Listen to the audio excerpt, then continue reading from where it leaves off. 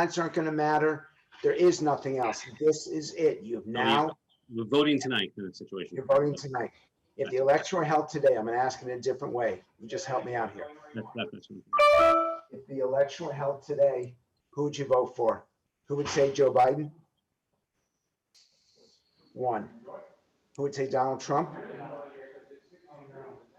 Who's not going to vote? I'm in between voting for Donald Trump and not voting. I'm struggling. That's my honest answer. Okay, and who's going to vote for? We are broadcasting live, so let's get this show on the road. I want to ask you guys. First question. It's America. It's October 22nd, 2020. If someone asked you for a word or phrase to describe America on October 22nd, 2020, Eric, I'm going to go to you first. What word or phrase would you use to describe America right now? The word that I would use to describe America is very divided. I feel that partisanship. Just doing a word or phrase. We're just doing a word or phrase. Stephen, word or phrase to describe America today on 2020, October 22nd, 2020. Confused, indecisive. John. Conflicted. Holly. Polarized. Word or phrase to describe America on October 22nd, 2020. Jill? Lit. Ketia. Or actually, how do you pronounce your name? Keela. Keela. Okay. What word or phrase would you use? Rough. Jennifer. Angry. Tasha. Broken.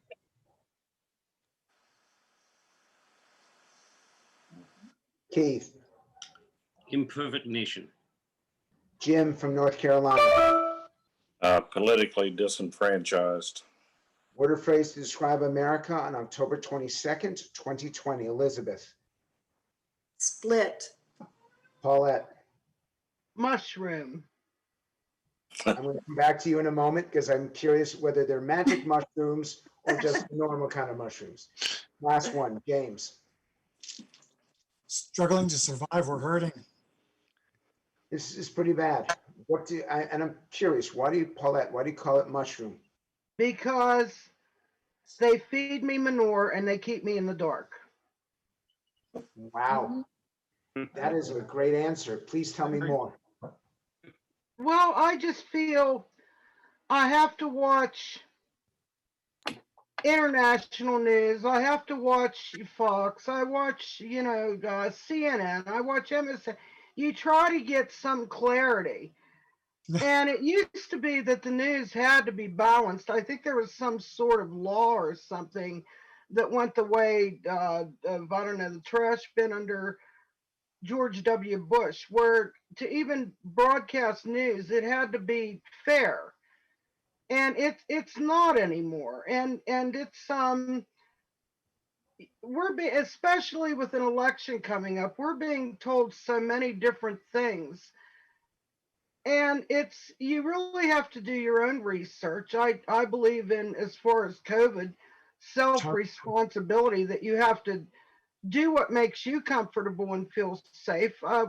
So listen, but we got 15 people here, and I apologize. I'm doing something wrong. That's okay. But I got to do it because I want everyone to comment. I now need a word or phrase to describe the 2020 election.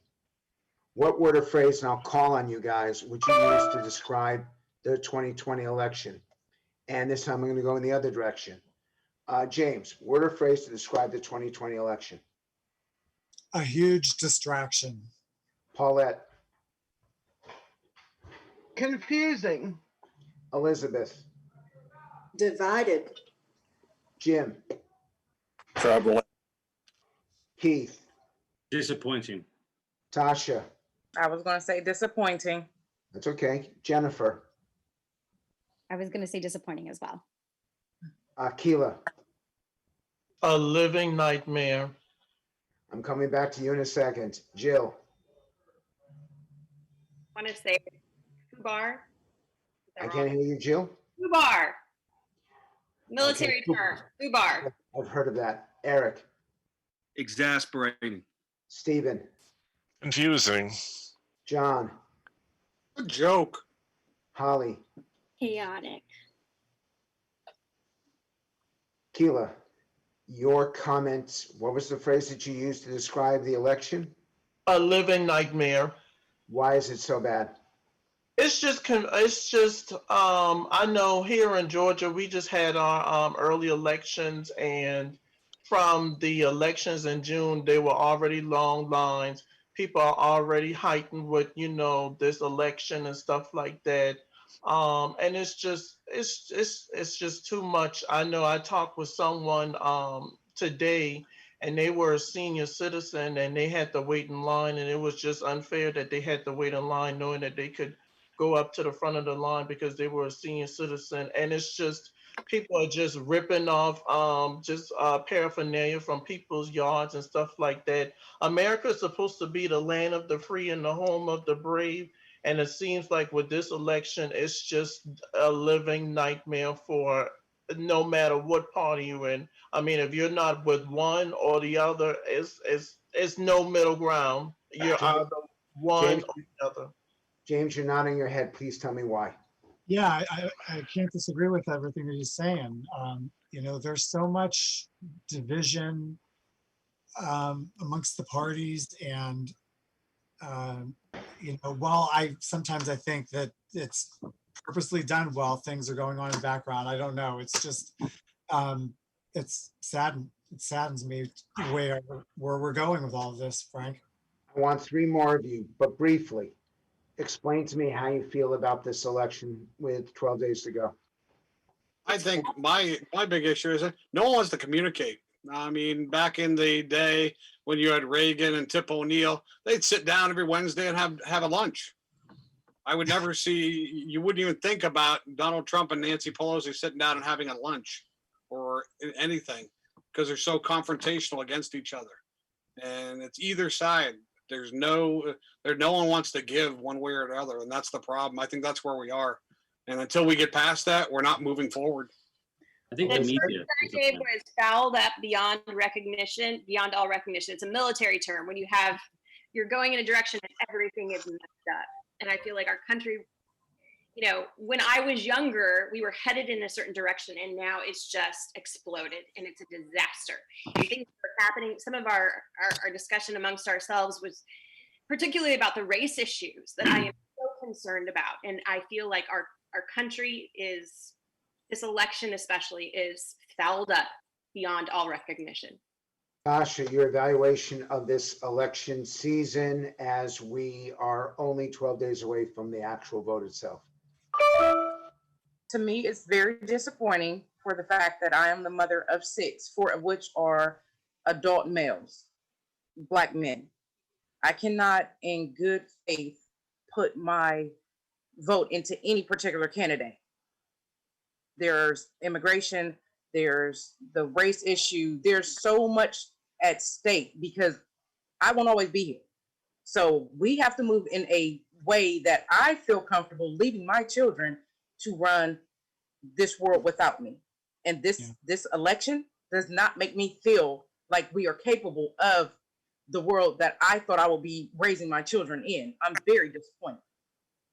Let me ask you, does this election cycle make you proud to be an American? Or Not at all. Or Not at all. to be an American? Not at all. Because I have two adults that are now voting with me, and they're not seeing the greatness that I know.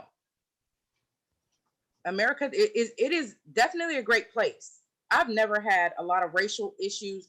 We don't see color. I have biracial stepchildren.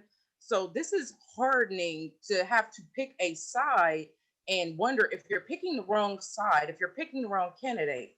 A lot of things are not in line with our values or our morals right now. Are you proud or embarrassed? Let me get three more. I'm very embarrassed. Very embarrassed. Let me get three more of you. Are you proud or embarrassed? I got to teach history every day, and it's like I just try every day to find that common ground that I can explain to my students this isn't what's going on is not normal, and hopefully we can get past where we are to go to a better place in the future. But I keep always putting it back. It's not me, because like I said, in a few years I'll be retired, and I said it's on you. You have to make this place a better place every day. And if you can't, we're in a world of hurt. And some days I see hope, some days I don't. And it's kind of scary. Elizabeth, and guys, I want you to focus on the question. I'm going to be a taskmaster here. Elizabeth, Yes. thinking of the election, does it make you proud or embarrassed to be an American? Well, I'm proud to be an American. The election. The election is embarrassing. Why is I'm it not so proud embarrassing? of the election Why is the election so embarrassing, Elizabeth? because I feel like the candidates are just at each other's throat. They can't, I feel like they can't tell the truth about anything. You know, it's like they just can't tell the truth. It's frustrating. And I also think it's embarrassing because it's like, is this really the best our country has? These two men, these two old men, is this really the best we can do? Eric, does it make you proud or embarrassed, this election? It makes me embarrassed. I would say that this election is showing what I see as the greatest internal existential threat to the country, and that's partisanship. The days of collaboration and reaching across the aisle are no longer. And as long as the Democratic and Republican parties tout out two unqualified candidates, you are essentially forced to choose a side, and neither candidate has they don't instill any sense of national pride. Like for me, I feel like this election has become a reality TV show, and friends that I have abroad are all asking me what's going on with American policies and politics, and I don't have an answer for them. Okay, Keith, you're nodding your head. I'm always looking, by the way, for facial expressions. I am staring, and I see 13 of you, and I'm staring at you to see if there's any kind of reaction. Keith, I'm going to go to you, and then I'm going to ask another question. Are you proud or embarrassed about this election? So I know it's easy to say to be embarrassed because historically we have fair elections, and there's always going to be a winner and a loser. But when all said and done, honestly, I'm proud because, hey, not for nothing, but we have two sides, both being absolutely vicious against each other, and nobody's afraid of dying. Nobody's afraid of disappearing. Like in some states, like in Russia or something, you say something against Putin, and then all of a sudden you don't exist anymore. North Korea, China. So yeah, it's by all means, we're not perfect in terms of democracy. We're far from not perfect, but it could be worse. By the way, that makes me feel so good. It could be. I know. Boy, what a stirring endorsement. Okay, now we're going to go to what happened tonight. Again, I'm going to ask you for a word or phrase. And this time, Stephen, I'm going to begin with you. A word or phrase to describe tonight's debate. Just one word or phrase. Civil. Civil, okay. John from Pennsylvania. I say controlled. Holly from Arizona. I would say civil as well. Heath from Florida. Boring. Boring. Yes. Okay. Tasha from Ohio. Civil. Civil again. Jennifer from Michigan. Refreshing. Keita from Georgia. I would say, oh God, I'd say easy. Easy. Jill from North Carolina. Improved. Eric from Georgia. An improvement. Jim from North Carolina. Yeah, much easier to watch. Elizabeth from Georgia. Better. Paulette from Pennsylvania. Enlightened, and I'm proud to be an American, and I'm not embarrassed by our politics. They're all American politics, and that's just the way it is. I feel like I should be waving a flag and saluting. James from Nevada.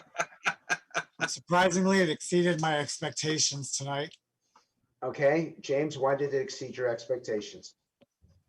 Well, I was surprised actually to see President Trump's demeanor much better than previous behavior. You know, it was tolerable and he was more composed. It just wasn't, you know, out of control, like romper room reality kids, like you're in a, you know, just adults. You know, it was more, you know, you can tolerate it and actually listen, and it was more well received with it overall. Holly, explain how you felt overall about the debate tonight. You watched for 90 minutes. Did it live up to your expectations? I would say yes and no. It was a lot more civil than past debates. I feel like it was more informative. But I also feel that it was just kind of a letdown because there wasn't a ton of actual like policy plans discussed. So I'm going to ask you all as a group. We're going to vote as a group, and then Stephen, I'm going to go to you specifically. Okay. If you felt that you got the answers you were looking for from the candidates that you wanted to learn more about, raise your hands. If you felt you got the answers you were looking for from tonight, raise your hands. We've got Paulette is only one, and we got people who are the Queen of England. We're not the Queen of England, Jennifer and Jill. Either the hand is up or the hand is down. So I've got one from Paulette. Did anyone else get the answers they were looking for? Okay, then tell me, what's the problem? Steve from Michigan, you go first. Well, the problem is at this point, it seems like both of them were essentially repeating their campaign stump speeches in some ways. And as a semi-retired educational media person, you know, watch so much television, and I guess it's sort of like if I had not ever seen these folks before, yeah, then it would have been more of an insight. But really, most of their answers, and Biden's being pressured a little bit more, but his answers too are sort of vague because there's this notion that perhaps he's, you know, unfortunately perceived as being a puppet of some of the younger folks in the Democratic Party, or that Kamala might, you know, really be sort of behind the scenes, you know, coordinating what actually happens. And then of course we had this thing just at the beginning before. Now I was watching on Fox this evening, and just before, maybe a half hour before, somebody comes on there who apparently says, well, he's got some cell phones with some emails or something from Biden that show he had, you know, huge contracts with China or something. It's almost like a replay of 2016 with Hillary and her emails. So are we going to, if Biden wins, are we going to suddenly see a reversal of this thing where now we're going to have 3 years of investigative hearings of the cell phone emails of this fellow who no one knew about before? I mean, it's so bizarre to me in many ways. Okay, and you said that you do media. I need answers that are a little bit shorter. Sorry. Yeah. We got to hear from everybody. Jennifer, I was watching your nodding. You Yeah. seem to be agreeing. Did you get what you wanted to get from tonight? I did and I didn't. What I got was more of a civil debate. I was able to understand and hear more of where their stances were. In certain areas, I heard the stump speech instead of an actual plan, and I was not interested in the stump speech again. I want to see, what are you planning to do in the next 4 years? Not what have you done, not talking about the past. They did not talk about the future enough, in my opinion. Elizabeth, did you get what you wanted to get? No, Why not? I wanted to hear Joe Biden explain about the computer, the emails, Hunter Biden. I wanted him to come clean. And you didn't feel he did that? No, not at all. You're also nodding your head no. Explain. Yeah. I had two main things I was looking for Joe Biden to talk about. Hunter Biden's emails, which in all due fairness, is very easy to come clean on. He can simply say it was my son, and hey, it's my son. We all have a son kind of deal. And the whole fracking thing. What I hate about the debate format, it's 2 minutes, 2 minute sound bites, and they can just, all these politicians, they run out the clock. If they don't want to talk about it, they talk for, you know, a minute and 40 seconds and then say a little bit about it, and then oops, time's up. The moderator needs to, and the media in general needs to hold these politicians' feet to the fire and ask them, hey, what's up with Hunter Biden's laptop? And I don't know about everybody else, but I laughed when, oh, it's Russia. That again? I mean, it's I don't know. I would love to see politicians answer the question finally. That's so to Okay. answer your initial question. No, I Yes. didn't get the answers. So I'm going to ask you guys to answer my question. Jim, did you get what you were looking for tonight? Absolutely not. I guess what I was looking for was some answer as to how you can only tax people who make more than $400,000 a year, and yet each American family has had a reduction of their, an increase of $6,000 per year, and we're obviously going to take that away from them by raising taxes, and also the impact on small businesses. $400,000 for a small business is not much. In a sub S corporation, that could just be a month or so of their earning power. And then the whole thing about healthcare just really troubled me. I was looking for an answer because there are 8.5 million people on Obamacare, and yet almost everybody experienced anywhere from a 300% to 100% increase in their healthcare premiums, and that's for 8.5 million. They keep saying 180 million people are going to lose their healthcare. That's just not true. And I was looking for some clarification there, and all I got was political speak. Okay, we're now going, because we got a whole bunch of reporters on, and Sewell, I'm going to start with you, but not yet. Just get ready for your question. I'm going to ask each of you to give me a word or phrase to describe first Joe Biden and then Donald Trump. A word or phrase to describe them from tonight's debate. I'm going to emphasize a word or phrase to describe Joe Biden from tonight's debate. Elizabeth, I'm going to start with you.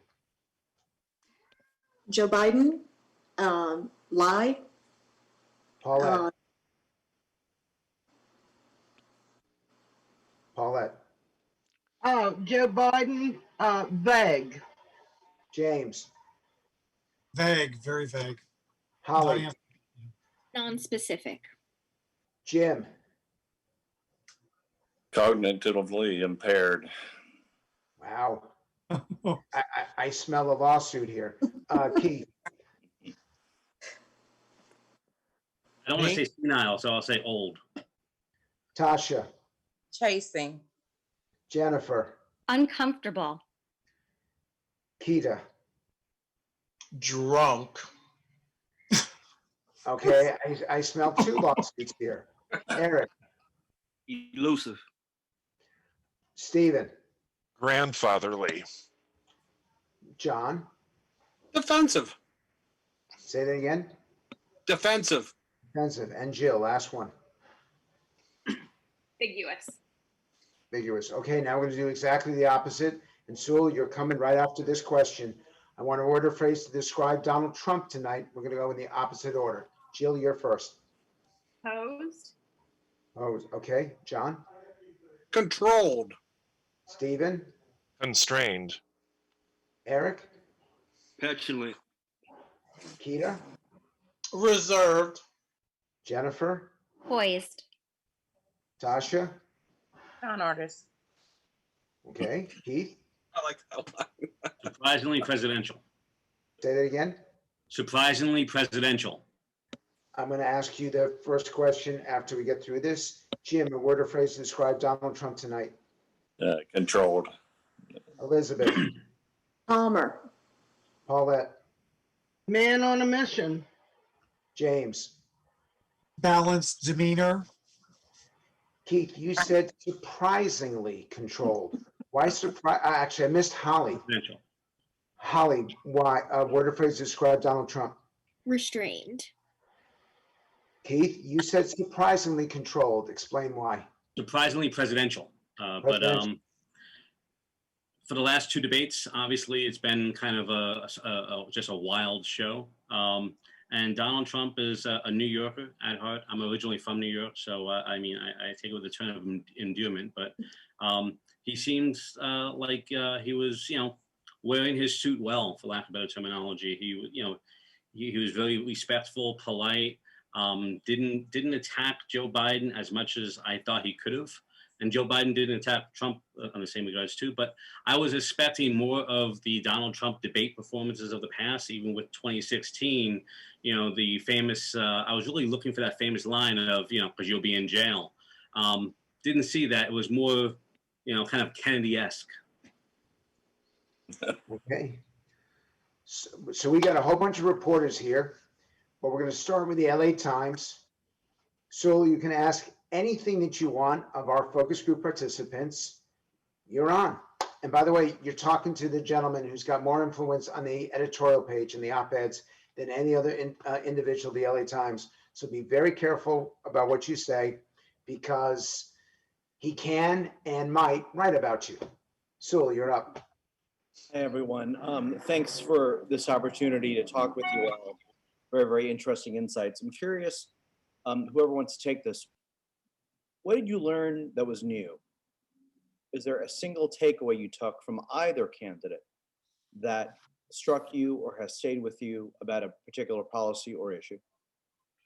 Yeah, this is Jim from North Carolina. The thing that stuck in my mind a great deal was that I was watching the chat and people were wondering why nobody has told Pelosi to accept a deal.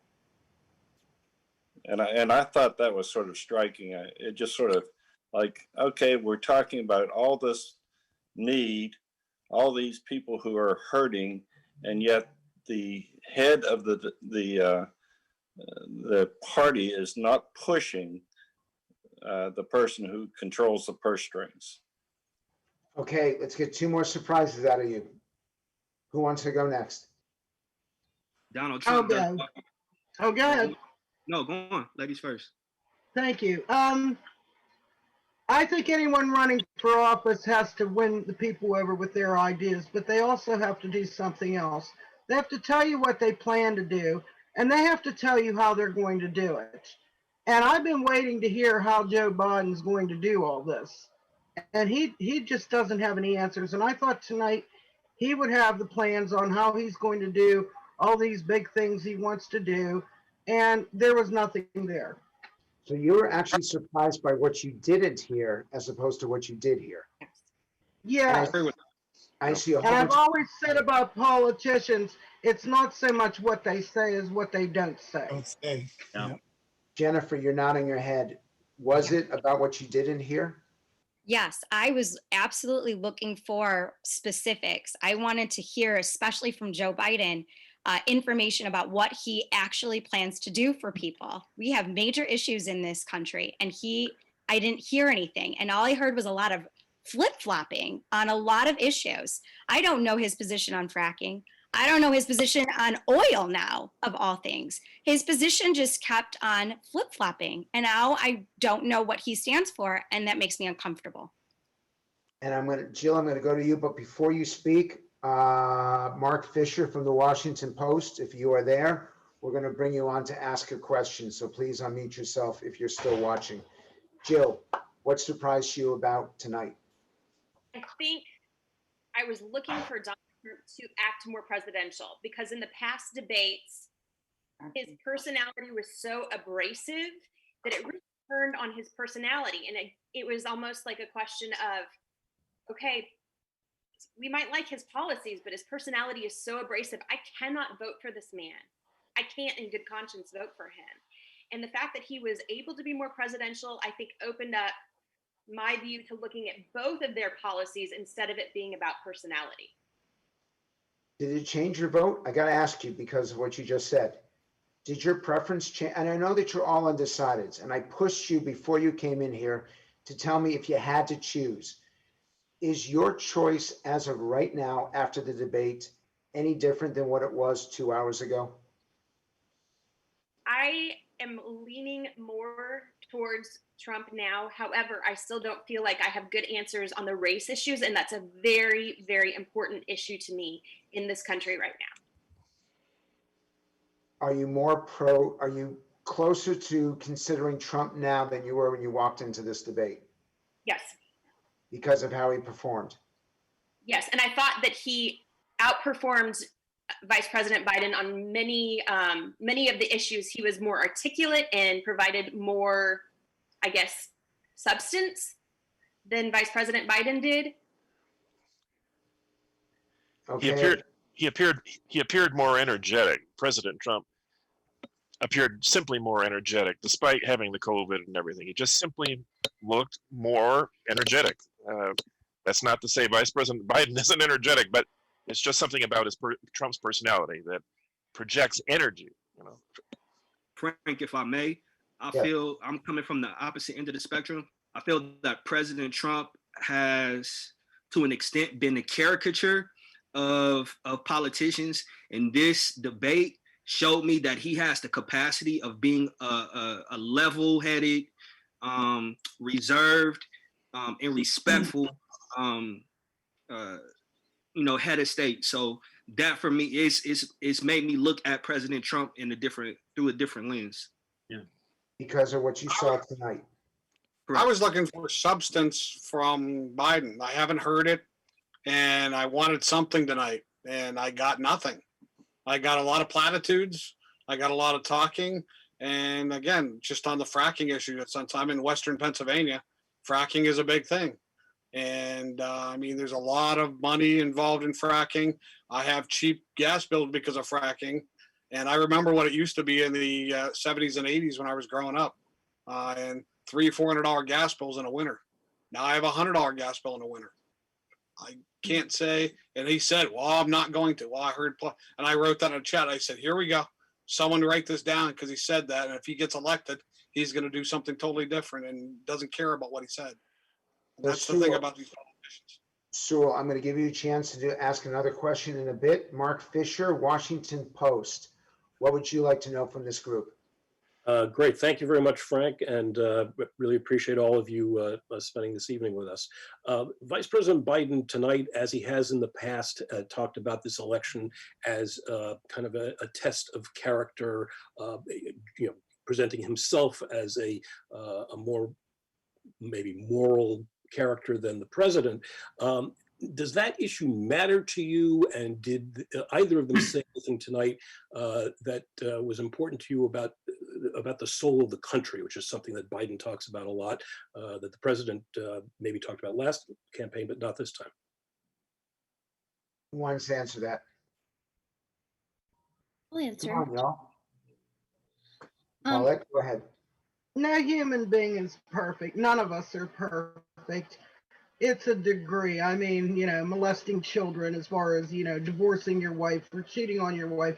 I don't know. Those are all moral judgments. I think the real character in someone holding office is what did they do for the people that they represent.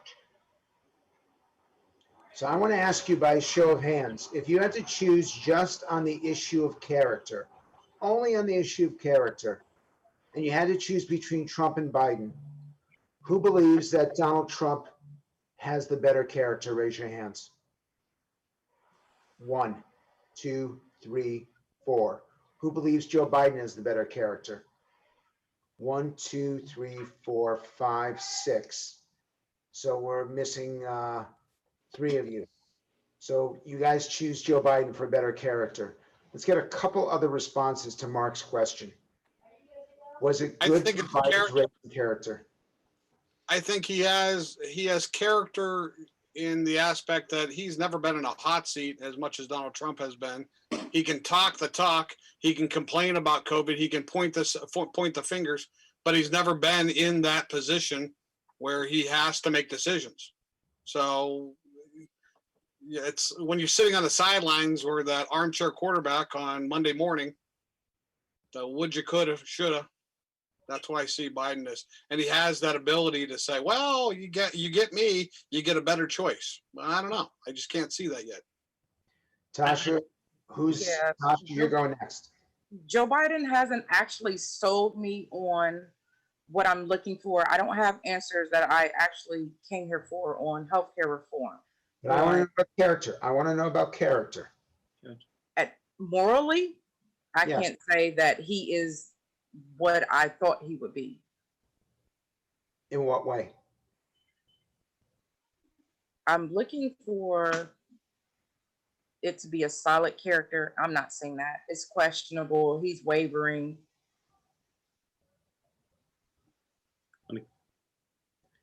Holly, was it appropriate for Joe Biden to draw a character comparison between himself and Donald Trump? I mean, I definitely think it's fair. For me, character has been one of the biggest holdups, one of my biggest hesitations in casting a vote. I support a lot of Trump's policies. I agree with a lot of what he's done, but I just really struggle. I don't know how I could, in good conscience, vote for somebody who speaks the way he speaks and says the things he says. On the other hand, Joe Biden seems much more moral, and although that's a little bit questionable, but he seems much more moral and much more honest, but I don't necessarily agree with his policies. So it's a choice between character and policy. Okay, Mark, I want to make the point to you that that is exactly what I concluded before the debate started, and that this is what I see. I'm going to offer this as a conclusion, then you're going to react and say whether I've got it or don't have it. That you look at Joe Biden as being a more decent person, but he's not coming clean on where he stands. You look at Donald Trump and you know where he stands, but you don't like the way he talks. You don't like the way he communicates. And that's your problem with Trump. So you've got doubts about Biden's policies. You got doubts about Trump's behavior. Is that a fair conclusion for how you, and I'm looking at a lot of heads nodding. Jill, your reaction to that? Yeah, 100%. 100%. I have cringed over the past 3.5+ years over President Trump's tweets and how he has treated people and just not been decent and not been presidential. And I feel like that has hurt our country on the world stage. And so that's super disappointing. And that has been, for me, the question of whether I could vote for him when I agree with many of the policies. And I'm just not sure where Joe Biden again stands on many of his policies. Are we going to head towards socialism as a country? You know, for the people on the two coasts, you know, for New York and California, I should say, like maybe we see as people in more the Midwest or to the South don't want socialism. We don't want socialism. And so if we're heading in that direction, especially with a Vice President Harris, I don't want to do that. But I don't know if I could vote for President Trump when he is such a nasty person sometimes. Okay, Keith, you're going to get the last comment on this. And if Danny, if you can get Francesca Chambers with McClatchy, if she's still there, let's bring her on. Keith, go ahead. When it comes to character, I think it's a very important question because while President Trump is articulate, excuse me, I apologize. Joe Biden is articulate. He also flipped, like he's been on both sides of every issue. He's for fracking, he's anti-fracking, now he's oddly against oil. With President Trump, you get the exact, he hasn't really varied too much in terms of where he stands. You know exactly what you're getting with Donald Trump. He's not going to say it the best way, but in terms of character, you know where one person stands. And for me, that character is a little bit more important. Okay, Francesca Chambers, if you would unmute yourself, and we'd also like to see you. You're from McClatchy, and I want to give you a shot to ask our group a question. I'll just unmute. Thanks, Frank. Appreciate it. You know, you guys have all talked about the emails tonight and Hunter Biden, the emails, and wanting to hear more about that. I'm just curious as to whether or not that's affecting your decision. Yes. If that's actually a deciding issue for you in this election at this point. Thanks. Okay, let's do a show of hands. Hold on, we're going to do a show of hands first. Who says that it is the deciding issue for you? The deciding issue. One person. Who says John, is it a deciding issue for you? The deciding issue? Yeah, I'd like to know. I mean, we talk about all these things about lying and cheating and stuff. Here's something that popped up. Is it truth or is it not truth? I want to know. The fact that he doesn't want to answer it scares me, and that's why it's one of my biggest deciding issues. That and fracking. It's a simple question, and he's been avoiding it, and I don't know why. And now it's always been a different answer. Well, it doesn't exist. And then he mentioned his other son, and obviously, it was in the last debate he was talking about obviously Hunter. Like the answer always changes. I want an answer on it. And also, what scares me is that the media refuses to talk about it. You get shut down on Facebook and Twitter if you even see the link or something. That's scary to me, and I think it deserves an answer. Yeah, and the bigger question is, why isn't the media doing this? We have 12 days to make a decision, and this is a very important topic, and nobody seems interested in it. I find it scary. If it were Trump, they would be all over it. The media would be all over this. That is what is concerning as well. And I would say the other thing that is concerning, even though this is not a big issue for me, is that for a man who's saying he wants to bring back the soul of America and is relying on his character for votes, this is something that would make the normal, reasonable person question character. And we don't want to be drugged through 3.5 more years of the same stuff. And this man is being accused of using his drug-addicted son to be a bagman with shady characters all over the world. I mean, you would think you'd want to address that.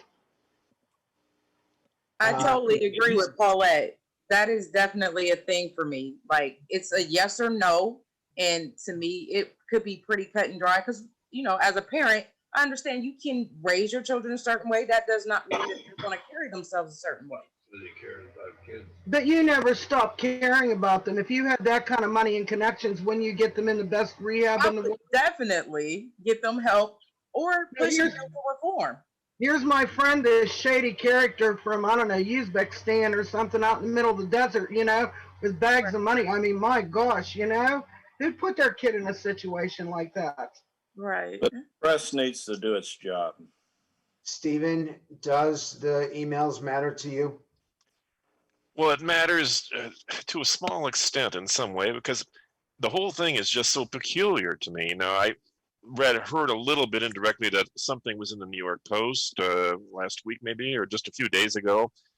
I think the thing that was more alarming was this presentation tonight, and it was only carried, as I understand, by one of the cable channels. None of the others carried it. Maybe they'll pick up on it, but it sounds like a complete dichotomy, completely the reversal of Joe Biden's image that he's been cultivating as, the person with greater morality than anybody. And like you say, it takes advantage of his son who's had many issues too. That's sad to see. Really, it is sad to see that it's reduced to this kind of level. But again, it's like 6 of one, half does the other. Do you want someone that's taking potentially a bribe from a foreign government? But that sounds like the same thing that we heard about, was it Ukraine, and with Donald Trump too? I mean, all of this is just, it's just another confusing situation. And a show of hands, who says it's not an issue and you're annoyed that we're wasting time on it? James and Keita. Keita, tell me why it's not an issue. Look, all politicians lie. I mean, some of them are very honest and truthful, but most of the time politicians lie. It's those that cover the lies and does it well. But at the end of the day, somebody will find out the truth. So, I mean, in my stance, I mean, it really doesn't matter because politicians are in it to lie to the American people anyway. So. And James, why don't you think it's an issue? Well, I feel like I was going through what everybody here in your panel was going through at some point. And back in 2016, I was telling my family, don't vote for Hillary Clinton. I surrendered everything to vote for Trump and supported him. I mean, primarily my reason was, Hillary and Obama wanted the Trans-Pacific, the TPP trade deal. And that was one of my major concerns for voting for Trump. And along the way, I just sort of like discoveries here. Just it seemed like in the end we're rebranding the TPP, and so is he in alignment with what Hillary was? And my question that I wanted for Joe was what his thoughts were on the TPP. Okay, that's which is now the USMCA. I know, but I mean, how I got here with this question. I'm asking you to answer the question. How can we be critical of our presidential candidates when we don't answer questions? I'm going to go on. We've got Kate Powling from, I hope I pronounced the name right, from Good Morning Britain. This is an international group. The press are so interested that it's not just American reporters. And I don't know if she's there. Let's pull back Mark Fisher and Kate. Oh, there's Kate's right there. Let's pull back Mark Fisher and Francesco so the screen is bigger. And Kate, if you would unmute yourself, and we'd like to see you, please ask your question. Kate, we can't hear you. Sorry, I'll unmute. You wanted me to ask a question, Frank? What question would you like to ask the group? It's just kind of in summary, how are they feeling in terms of the elections they've voted in before about this one? Okay, but what's the question? Well, I think you're doing it one word. Are they more disheartened now than ever? Who would say, I'm going to ask you, I'm going to rephrase the question. Okay, sorry. Who is more disheartened than in previous elections, and who is more energized in previous elections? Raise your hands if you're more disheartened. And who's more energized? So it's almost everyone is disheartened. Could I get three of you to tell me why you're disheartened? Eric, why are you disheartened? I just kind of feel like the entire, electoral process is becoming a sideshow. The last election and this election, it was like right at the 24th hour, these scandals started to drop, and the timing of it all just makes me look at like, okay, what's really going on here? But just the way the candidates carry themselves, Biden not really answering anything, and then Donald, the president's showmanship, both of them have turned me off to really like both parties. So I'm just kind of like, I don't really have a voice in this political dialogue. I don't have a voice. I don't see a candidate that represents me or what I stand for. Does anyone else feel that way, by the way? That's a great, I'm interested in that. Jill, I think, why don't they speak for you? Jill, why don't they speak for you? I don't think our two-party system is working anymore. I think that there would be so many more interesting people who could do such a great job in leading our country, uniting our country. And these two men are just not doing that. And so that's disheartening. Tasha, does anyone represent you? Does anyone speak for you? Does anyone get you? No, I don't have a candidate that I actually feel like is my candidate. My issues are not being spoken upon Biden is not expressing where he stands. Clearly, I need a cut and dry answer, because when I get in the booth, I have to make a cut and dry choice. Jennifer. In previous elections, there was excitement. Like I feel in 2008, there was excitement. In 2012, there was excitement. You felt like there was like an actual conversation that you could have with both sides. And you saw people really getting excited about the process. In the last two elections, this one and the one we're about to do, we are not excited about these candidates. Some people are, but I'm not. I'm not excited about either one. I feel like no matter what I will have to do, I will pinch my nose because I'm selecting somebody that does not represent what I believe. They don't represent necessarily what I'm looking for in a candidate, what I'm looking for in a president, somebody to actually lead our country. So for me, I am disheartened by this process. And I'm hopeful in 4 more years, we can come up with 2 other candidates that will represent more me. Yeah. And is there anyone out there, I just got to ask you, is there anyone out there that does represent you? Is there anyone you particularly like? Me? Not yet. I felt like I was robbed in this cycle. It was selected on Super Tuesday that Joe Biden was going to be my candidate for the Democratic Party. And I was like, seriously? That's who we pick? Okay. So now it's been like, there was so many other people that we could have had. And I didn't get a chance to vote in Michigan. I didn't get a chance to really have my voice be heard and hear more people say something. And so I am disappointed and disheartened. These are my two people I get to choose. So as I'm calling, I'm going to call on you next. And if we can find Matt Shirley from Bloomberg, we're going to pull him in. And Kate, I'm going to be seeing you, I think, in not that much longer from now. God help me. Holly, does this election excite you or depress you? It really depresses me. This is only the second election that I've been eligible to vote in. I've always been very politically active and politically aware, and I was so excited to finally turn 18 and be able to vote. And then when in 2016 my choices were Donald Trump and Hillary Clinton, it was absolutely horrible. And this time I was hoping that we might have some more interesting candidates. And it's really disappointing to me. There were a lot of interesting people that maybe I didn't always agree with their politics on the Democratic side, but people who had interesting ideas and fresh perspectives. And it's really disheartening that it's come down to Donald Trump and Joe Biden. Anyone else? And Matt, you need to unmute yourself and we want to see you. And John, I'm going to let you have the last word on this. And then Matt, I'm going to you. I teach in an inner city environment. None of these candidates talk to my students and my students. And I think it's a necessity that these candidates need to start caring about the common everyday person. Everyone's talking about the everyone but the common everyday person on the street that has all the problems and all the negatives, and no one's.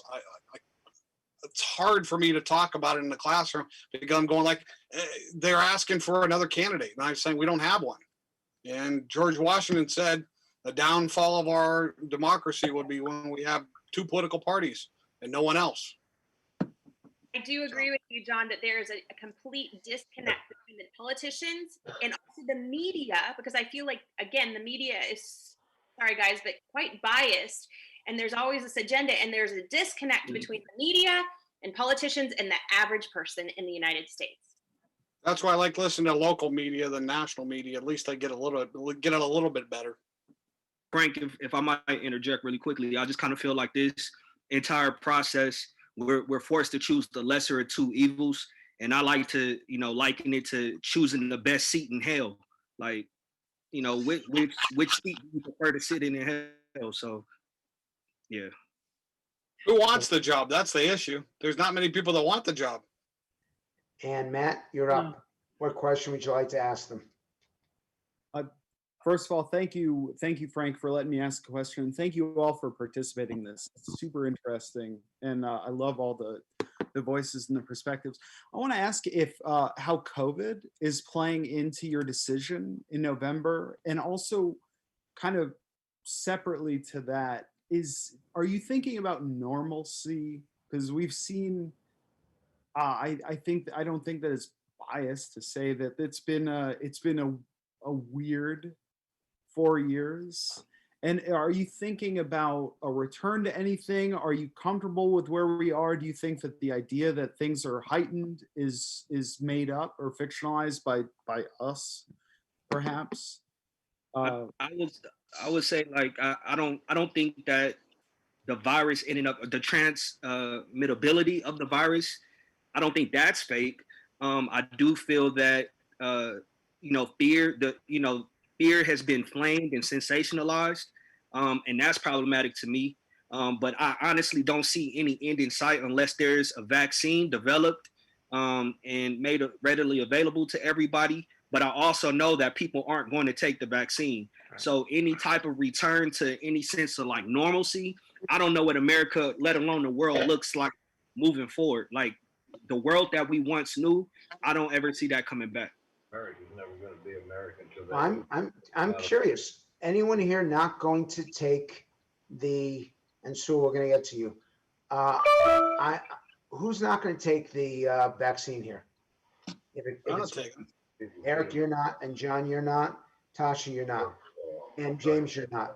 James, why aren't you going to take it? And then Tasha, tell me also. James, why won't you take it? I'm a registered pharmacist with the Nevada State Board of Pharmacy, and I've studied many years, and I don't know. you know, our masks that we're making us wear, they're not even effective. I mean, you know, it's not an N95 certified mask. You know, you could go to a 99-cent store and buy that or put a handkerchief around you and it's going to protect you from these micron-sized particles. Give me a break. I mean, they taught me in pharmacy school that you quarantine the sick, not the healthy. I mean, everything seems backwards. And I'm like, you know, I don't know what to say. I'm sorry. I'm not going to take it. Okay, well, you're, when a pharmacist doesn't want to take it, you're actually Yeah, how scaring. about that healthcare professional? I know. And I you know. Go ahead, right? Matt, ask your follow-up. I just want to ask, just for perhaps a show of hands, do people blame what the current state of the country at the feet of Donald Trump, or do they think that this is a broader issue systemically with our healthcare or whatever the system is? It's a people issue. Yeah. I mean, we have to decide as a group of people if we're going to mask or not mask. And and I don't think it's not the president's fault if someone doesn't wear a mask. That's a personal decision. If you think it's going to work or you don't, I mean, that's a personal decision. And I don't think telling someone to do something is always going to be the best idea as well. You got to make that personal choice. And I don't know. That's the biggest thing I can see. It's not the president's fault. Tasha, why aren't you going to take it? And then I'll go to Stephen. I actually agree with James. My reasoning for not taking it is because I feel like our sense of normalcy is gone, yes. But I feel like out of fear, I should not be forced to get a vaccine that I don't need. I don't feel like all the vaccines that are given to my children are needed. I'm the mother of 4 boys, 2 of which are autistic. And I've done my own studies. We won't speak on that, but I don't really feel like the first vaccine that comes out necessarily is going to be a quick fix. Can we take some time? Can we figure this out? Because it's going to take more than a couple ideas. You know, this didn't just happen overnight. It will not be cured overnight. And everyone rushing into this thing that we call a vaccine, how do we know it is working or it is not working? And Stephen. Yeah, so I think also another problem is unfortunately one the president has brought upon himself, his tendency towards conspiracy theories, and then suggesting medications. Now, my late dad worked in public health for 52 years, a doctor, worked in public medicine for 52 years. And again, a vaccine just to have an Operation Warp Speed, it sounds very like they're skipping some tests. And I think I would take the vaccine, but do I want to be the first one? Do I want to be the guinea pig? Now we know people are getting it right now. Here in Kalamazoo, Michigan, Pfizer is manufacturing the vaccine. We're on our stage 3 trials with this. So far it appears good, but that doesn't mean it's going to be good for everybody, because we're seeing other companies that are having someone just died a few days ago from one of the other experimental ones. They're still evaluating it. I think the problem is there's this sort of anti-science perception that's happening. What about the CDC? What happened to the meetings at the White House? My gosh, it's like all of a sudden Dr. Fauci is the enemy. I mean, it's like that kind of distracting and tragic nonsense. These people are dedicated professionals, have spent their entire lives working on research, and Dr. Fauci in particular. So yeah, that's my. I'm sorry, I'm going on too long, Frank. I apologize. You blame Trump for that? I think he's fishing for ideas. I think he doesn't know. He wants people that perhaps identify with his view of what should be. Like we had this thing with hydroxychloroquine. Is it any good? Trump?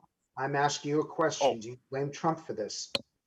I blame I would say you would have to, in a way, because he started a process, but then his own process, he kind of like derailed it. I mean, it turns into a chaotic situation where nobody knows what's the truth. Is the science right or isn't it right? Is our master expert who's been with us for 30 years right or isn't he right? So that comes down to the psychology of the leadership, unfortunately, in my opinion. Matt, thank you very much. I got a couple more people I got to go to. Sue, just give me one more shot because I got to bring 2 more people in. If Byron York is there, Byron, we're going to try to pull you in if you're still there from the Washington Examiner. And as he comes in, I'm going to ask you, who do you believe, and we can do a show of hands here, who do you believe will do a better job with the economy? After tonight's debate. Hey, Frank, can you hear me? It's Byron now. Yes, I can, but you got to hold on 1 second. Okay. Guys, who do you believe would do a better job with the economy after listening to the debate tonight? Joe Biden or Donald Trump? By show of hands, who would say Joe Biden? Who would say Donald Trump? Okay, clearly Trump is the clearly by that, Trump is the preferred candidate. Jennifer, why do you Trump? Oh, God damn it. We're going to have to end this. Put one on TV. It's like I just play someone. I'm not even playing that person well. I'm not even. It's been a long day. Let me restart this because I'm actually going to use this segment on CNBC tomorrow. Almost all of you think Donald Trump is preferable on the economy after watching the debate tonight. Jennifer, why do you choose Trump over Biden? I would choose Trump over Biden on the economy issue, just because of the fact that I believe that he has skills and has the knowledge and skill set to actually bring us ahead. I think that prior to COVID, the first 3 years of his presidency, he was doing great. And then COVID happened and our economy has obviously gone into the tanker. And if there's somebody who's going to be able to get us out, I believe it's going to be him. Elizabeth, I'm curious because there's stuff about Trump you don't like, and yet on the economy, you clearly believe he's preferable. Tell me why. Well, I mean, it's for the last 3.5 years, the economy was great prior to COVID, better than it ever was before. Our 401ks have grown like crazy. And even in this pandemic, look at the stock market. It's crazy. Everybody had jobs. And you know what? Here in Georgia, everybody can still have a job. Everywhere I go, there's help wanted signs everywhere. Tasha, why do you think, and you have some very specific issues about Trump, but why do you think he's better on the economy? Because like Jennifer said, it will take a special skill set. And just being a businessman, he has showed us that he can recover in many different areas. Jill? I am also concerned about Joe Biden's tax plan. So we know that Trump has shown us that we can have a good economy under him. And then Biden's tax plan, I mean, if 50 Cent is worried about it, I'm worried about it too. So, and I don't have the money that 50 Cent has, but I'm just Bumper sticker. Okay, Holly, who's going to be better on the economy? I think Trump is better on the economy. Its job growth has been strong throughout his 3.5 years up until the pandemic hit. Stock market has been up. He's created a lot of new jobs. He has brought manufacturing back to America, and like others have touched on, I just really think that he has a much stronger skill set and a much stronger background to lead us through this challenging economic time rather than Joe Biden. I'm dumbfounded because most of you are pretty critical of Trump's behavior, and yet you're very supportive of how he handles the economy. Results.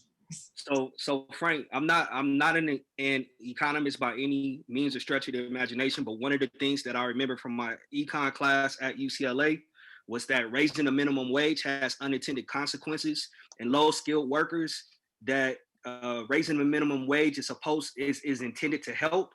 They often get pushed out of jobs that they aren't necessarily.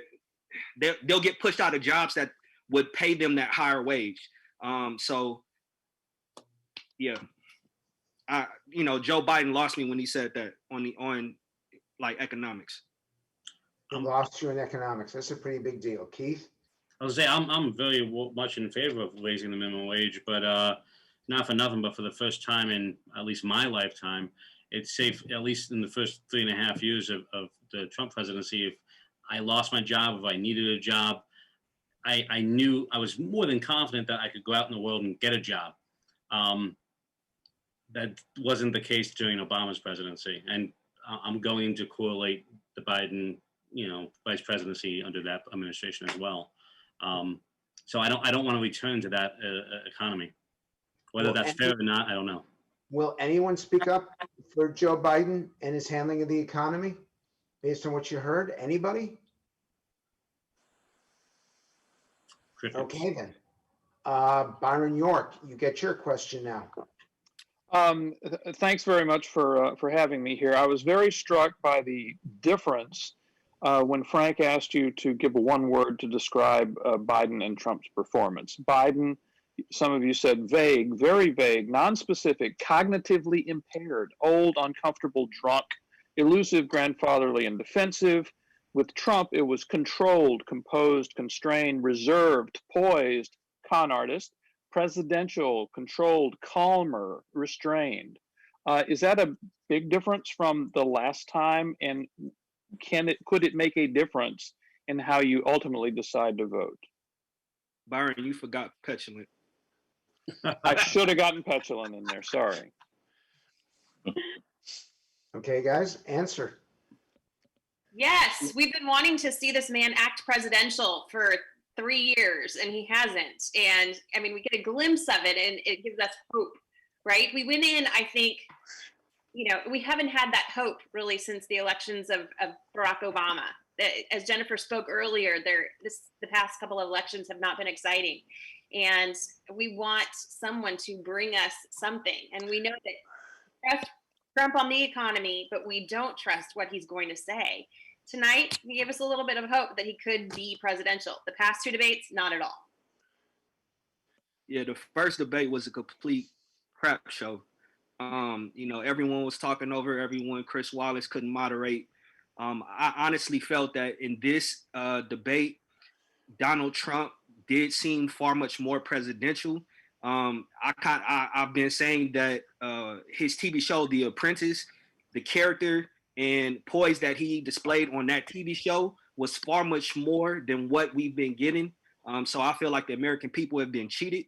But tonight he showed restraint in comparison to the first debate. And Joe Biden, again, he can't give a straight answer. Like, he's going to be so elusive.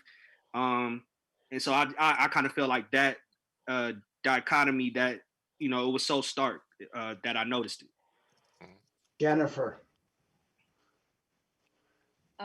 What was the question? I'm sorry. That there is a difference. Everyone's just talking about that this was a different Donald Trump tonight than in the previous debates and his previous communication. That meant something to me. I was looking, that is one of the reasons why I have such reservations about pulling the lever for Donald Trump. He has shown me that he's been embarrassing. When I say Donald Trump is my president, I'm embarrassed. I'm not embarrassed by his policies necessarily. I'm embarrassed by what comes out of his mouth, that he has been so abrasive and mean to people. But the only person I really heard tonight call somebody a name was Joe Biden, and he didn't really do a very good job of doing it. And I don't know. So for me, it meant more. Holly, you'll have the last word on this. Yeah, I just think that, much like Jennifer, character has really been the biggest thing that's been holding me back from voting for Donald Trump. And tonight he showed that he can behave in a way that is presidential, that is more civil. And I think that will definitely affect my decision going forward. So tonight was a big deal for you. Yes, it was. Okay. Byron, thank you very much. Sewell, I promised you one more question. After all, this is live streaming on the LA Times. What would you like to know? Is your life better off now than it was 4 years ago? Who says better? And who says not better? Then I would ask, do you feel the country is better off now than it was 4 years ago? Who says better? Who says not better? Thanks. Okay, and I'm going to give you, so I'm going to give you something because I want you to do a follow-up, which is those who say that we're not better off. Please tell us why. Other than the obvious, other than COVID, why are we not better off now than we were 4 years ago as a country? 3 of you, please volunteer. As a country, Go go ahead. ahead. Go ahead. Ladies first. Tasha first. As a country, I have seen many ups and downs, and we have always come back together. That was never a doubt in my mind. Having a marriage and having a home, it was founded on these values. So when I teach my children, I teach them these things, but my children can't see this. I can't see this in our country. How can we expect our next generation to go forward and instill the same values and create the same greatness that my parents and my parents' parents brought me into? Jennifer. I hate the fact that you cannot have a political conversation with people these days. You cannot have a conversation and talk with them about issues without being judged or called a name, or said somebody says that you're this person or you're that person. And I hate the polarization. I hate that we can't have a conversation about race and without somebody pointing a finger or and listening to each other and having respect that we all come from different walks of life and listen to each other. That's the only way that we are going to grow. And I feel like we are way worse in that department. And I want us to come together.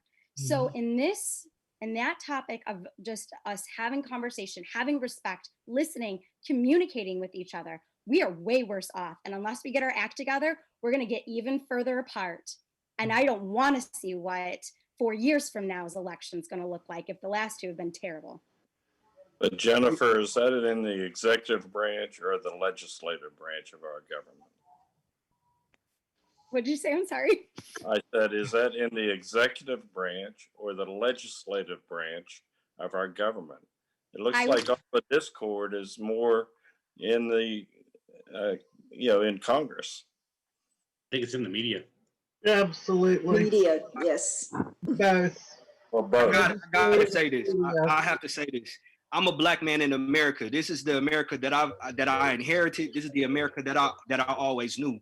So I mean, I want to be sensitive and say, for you all, it may, be something new, but this has been my experience, and I'm a 38-year-old man. This is nothing new to me, and that's why I said, like, my disposition, my position in America, it hasn't changed anything. I feel like if anything is forced people to talk about issues of race, and these are literally things for since we were emancipated that we've been coming to our fellow countrymen just asking for equal, like seat at the table. And now it's like all of a sudden people are willing to listen. It's like, oh, the country is in such disarray, but you all have had a glimpse of what it is to be black in America for the past, 6-7 months. Like, this is generational. But you went to UCLA. Yes, ma'am. Well, I'm a United States Army veteran. Well, thank you for your service, and you deserve to go to UCLA. But that's far better college than I had. So who's privileged? I mean, you worked. My husband's a veteran. But he never went to UCLA. Okay. I would beg to differ. I don't think my life has been anything of one of privilege. If anything, I kind of felt like my life, it has typified pulling yourself up by your bootstraps. Well, I think everybody does, and I wish you well. You're the kind of person I think things are going to turn around for you, and you're going to do very well for yourself. So I'm going to ask the final question, and most reporters aren't even on, which is funny to me because I'm now going to ask who you're going to vote for. But Sewell, do you have anything else you want to ask? Moment, thanks. Okay, is George Condon still on? If he is, bring him into the group. If not, our final question, and I'm going to go through every one of you. If the election were held today, and George is still on, so George, unmute yourself, and we'd like to see you, and you got one crack at a question for our group. Okay, great. I appreciate it. I should let you know that I've been doing this, talking to voters after debates for the last 12 election cycles, going back to 1980. And the one constant in all of them is that voters every single time complain that they didn't get more specifics in 2-minute answers. So you're in very good historic company there. But my question was one thing that came up today in the debate that you didn't mention. Was any reaction to the discussion about the president defending the separation of the children at the border and the fact that we can't find the parents for 500 of them? I'm surprised none of you mentioned it. James, did you have a reaction to that? Yeah, I think I came in late onto that, so I didn't really get to hear that part of the discussion. So I appreciated that the president did discuss human trafficking because this is a very, very big issue to me. I am an international human rights lawyer, and he did talk about how many kids are brought in through trafficking. Now, do we know? I feel like as the average person in America, I don't know if those children, many of them were brought in from human trafficking or whether they truly were separated. Joe Biden said that they were separated from their parents. I would like a clear answer on that. That is something that is very important to me. And I don't think it's right. It's very wrong. So, I feel like we don't have a real clear answer on that. But I also thought that Trump did seem strong somewhat in his answer, in that he said that Biden built the cages. I mean, in our discussion with each other, we talked about how Trump was able to appear at least strong, but I don't know whether I believe him on that. Somebody else. I didn't hear the question, actually. I apologize, but I knew he was talking about the kids being separated. Obviously, it's a horrible situation, but honestly, I don't think either candidate kind of came out ahead or behind. Obviously, it's a horrific thing to happen, to separate children from their parents. But again, I thought it was really weird that Joe Biden just refused to answer yet another question, especially when he said, well, who built the cage? And I think the reporter even offered 10 seconds, and Biden said no. So I thought that was odd. When was the last time you heard a candidate say no, he doesn't want more time? Yeah, I thought it was strange that we didn't also mention that there were tens of thousands of people coming to our border at that moment in time. It was sort of almost like being inundated by COVID. I mean, we had to react in some way. Maybe all the decisions weren't perfect, but we had to do something. I'm surprised there weren't more than 500 the way they were coming through. And they said that some of the parents were running their kids out to these traffickers to get other people into the country. So I don't know. It's a big, mean world out there. Okay, we're now to the final question. And George, thank you. And people here would not know that George and I have known each other for almost for 30 years now. Not since the beginning of when he was reporting, but very early in his career. Here we go, guys. If the election were held today, I'm going to ask each one of you, if the election were held today, for whom would you vote? Eric, I'm going to start with you.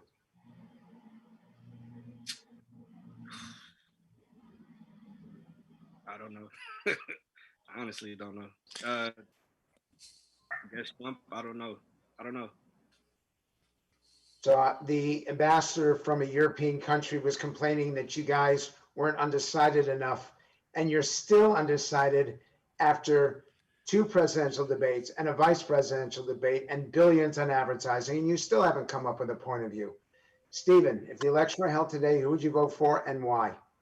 Well, despite my reluctance on some of the medical issues that we've been dealing with COVID, it would still be President Trump because of the vagueness that we've discussed this evening about the Biden plan. And maybe it's online, but on the other hand, it's really a difficult choice this time because we know of the shortcomings, and his appearance tonight, even though it appeared presidential, I'm going to wait till tomorrow morning and see what kind of tweets we're going to see. Are we going? What is the tweet output going to be in the morning? Is it going to go back to this, or can he sustain the image that he has? And that to me was more appealing. And he's certainly tough. He's doing something in Mexico to help prevent the working with the governments down there to try to stop the caravans and do some stuff. But again, it's a very complicated issue, and I think our expectations may for all of these people might be just simply too high. It's a long-term thing that has to be worked on. But right now, I'd go with Trump because the other candidate, he's been there for a long time and he has a lot of knowledge. But is that going to do it? You still need this sort of maverick. Jim, I mean, it's not Jim, Jill, I would have thought that by this point, it's so late that Stephen would have actually given an answer in the amount of time that I could actually use it. But it seems like he's getting longer as we are going on. And if I call on him again, a few of us may expire by the time he's done telling us something very simple. Okay. Jill, if the election were held today, for whom would you vote and why? I feel like I would want to write in someone. And I know that when you get into the box, when you're that undecided, a lot of times it's just the easier thing to go with the incumbent. And so I say that I want to write in somebody, but I may just vote Trump, except for my conscience in a lot of ways really keeps me from wanting to do that, frankly. John, what's your answer? I go back and forth every day, and I hear from my wife, and my wife is a Biden supporter, and my neighbors are all Trump supporters. And again, if I had to make a decision based on this debate and this debate only, I would go with Trump. And why? Just because he has at least some answers. Biden, like we said before, doesn't have the answers. He talks in platitudes. He walks around the proverbial elephant in the room. I don't want to touch it. I don't want to touch it because it might come back to haunt me later. I don't know who's going to be president, him or Kamala. Keita. Me? Yep. I don't know. It's like picking the lesser of two evils. If I had to go with one person, I would say probably Trump, because I mean, at least he has proven something in his 4 years that he has, kind of turned around the economy, provided jobs for people. And I mean, I honestly think that he has a personality problem, to be honest. But I mean, he has shown what he can do. And I mean, we all have our flaws and stuff like that. I mean, nobody is perfect. I mean, this election, in itself is not perfect. But I mean, if those were the only two of the local evils, then I would just choose him. Jennifer. Nobody's being Really, really, really wanted to vote for Joe Biden. I really, really do. But I just, based on tonight's performance, Donald Trump, I guess, if I had to make a decision. What was it about tonight's performance? I saw a lot of just lack of confidence. I saw him showing a little bit of his age. That worries me to my core. When we were trying to vote for Biden 15 years ago, 12 years ago, it was a no-brainer. It was like, yeah, Obama, Biden. But this time around, I feel like he's not going to be the president, and I'm not really going to be voting for him. I'll be voting for something else or an idea. And so based on just based on what I've seen so far from Donald Trump, I guess I'll have to go with Donald Trump. Tasha, what's your response? My response, according to tonight, I would be voting for Donald Trump based on the information that he was able to answer, whereas Joe Biden was very elusive. He seemed like he may not have been as quick on the draw, and I can't fully give myself to someone that I need to lead us as a nation. I can't think that he would be the man for the job. Whereas Donald Trump has turned around and he has showed us over the last 3.5 years that the economy can be strong. We just got to work on other parts. So Trump, for me, is the lesser of the two evils. And Holly, I'm not going to go through everyone. So Holly, how do you answer this question? Very begrudgingly, Trump. And why begrudgingly? What was tonight? What did it teach you or tell you? I think tonight just proved that Donald Trump can be presidential and can control himself and be restrained. But ultimately, I do question his character. But when it boils down to it, I really trust him on policy more than I trust Biden. Okay, Sewell, I want to thank you for joining us. And I do want to make the comment to you all that this is what we've been seeing, that the undecideds are not undecided because they're choosing between two different policies. They are judging Trump's character and they are judging Biden's candor and what they think he is or is not going to do. And they're trying to come up with a decision over which of those is more acceptable to them. Living with 4 years of indecision about Biden's real plans, or living with 4 more years of Donald Trump. And that, frankly, they're not choosing between two candidates they like. They're choosing between, as several of you have said, the lesser of two evils. And I'm sorry that you feel that way, but it is what it is. We've gone on for an hour and 25 minutes. I want to thank you guys for your participation. I hope you found it interesting. I found you all fascinating. And by the way, we're going to do this again. I don't know if it's going to be done with the LA Times, but on the night before the election, I'm planning on convening another set of 15 or so voters to find out why they did what they did. And I'm leaning towards people who voted for Trump 4 years ago and will be voting for Biden the following day. But you'll have to tune in to see what we actually do. So thank you very much for participating. And everybody, we are now done. Thank you, Frank. Thank you for inviting us. Take care. Be well. You're welcome, guys. Thank you. Everybody.